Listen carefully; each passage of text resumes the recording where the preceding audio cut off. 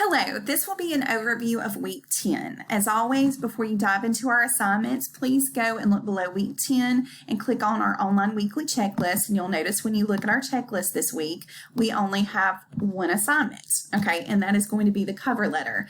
You're going to notice that we're kind of taking a pause from essay writing for about probably 3 weeks or so. I know many of you will have a sigh of relief if you disdain essay writing. So good news for those of you who dislike essays.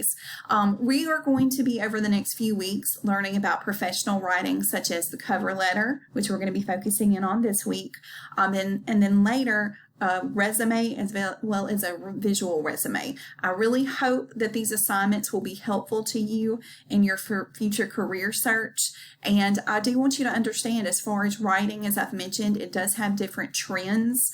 And as far as resumes and cover letters and also visual resumes, those are just, there's different trends in professional writing. So you might have written a resume several years ago, but there's a few things that might have changed as far as structurally. And that also is, applicable with the cover letter as well as the visual resume, which we're going to discuss in 2 weeks. Now, I did want to make sure that you follow kind of some of the guidelines that I give you here as far as the assignment. Make sure to look at these particular handouts and examples. There's also some textbook pages you might want to check out. First thing, when you look at our modules, you're going to notice I do have a handout that overviews just some basic tips in cover letter writing. When you click on that, you're going to see this right here, okay?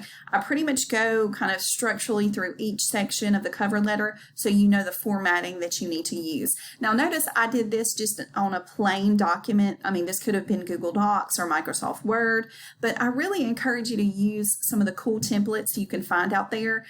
Just for example, I'm going to go to Microsoft Word. Okay, and you can do this through Microsoft 360 or Microsoft Word. If you go up here to the top when you're going to create a document, type in cover letter. And you're going to notice there's some really, really cool templates here, okay? And there are some that have photos, some where you can put your initials. These look really professional and they really set your cover letter apart from others. Again, when you apply for a job, you may be an applicant of 100 or 1,000. So you want your cover letter to kind of pop and have that wow factor.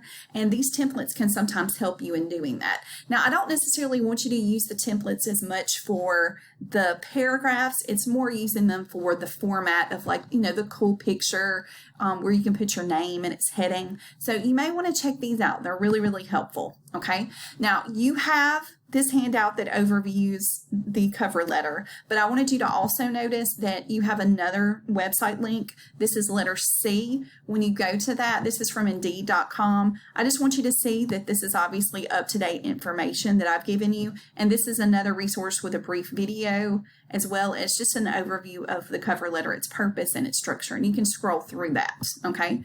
Also, you have a student example. Okay. And this is letter B.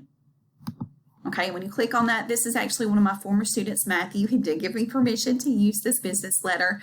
Now, he used one of those templates, but he chose to do one without a photo. But photos are really good. I would encourage you to do a really good professional photo in your cover letter. It needs to be kind of from your chest up.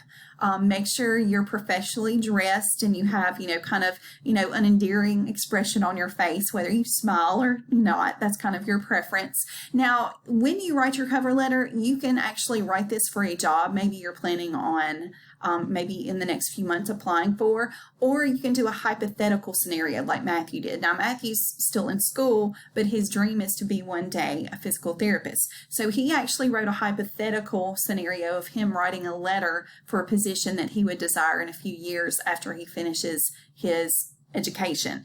Also, I wanted to ensure that you understand there is a lecture on the resume. If you go back to our Canvas site, when you click on the cover letter E, this is obviously the Dropbox where you're going to submit the assignment, but you'll notice I have a video lecture that's on the cover letter. So again, make sure, look at the handouts, the website, the student example, but also make sure that you look at the video lecture before you complete the cover letter.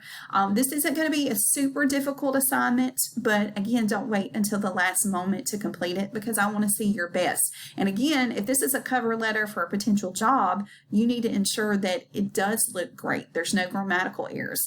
I have been on many a hiring committee for jobs here at the college, and unfortunately we've had to reject individuals just based on their cover letter because it's rampant with grammatical errors.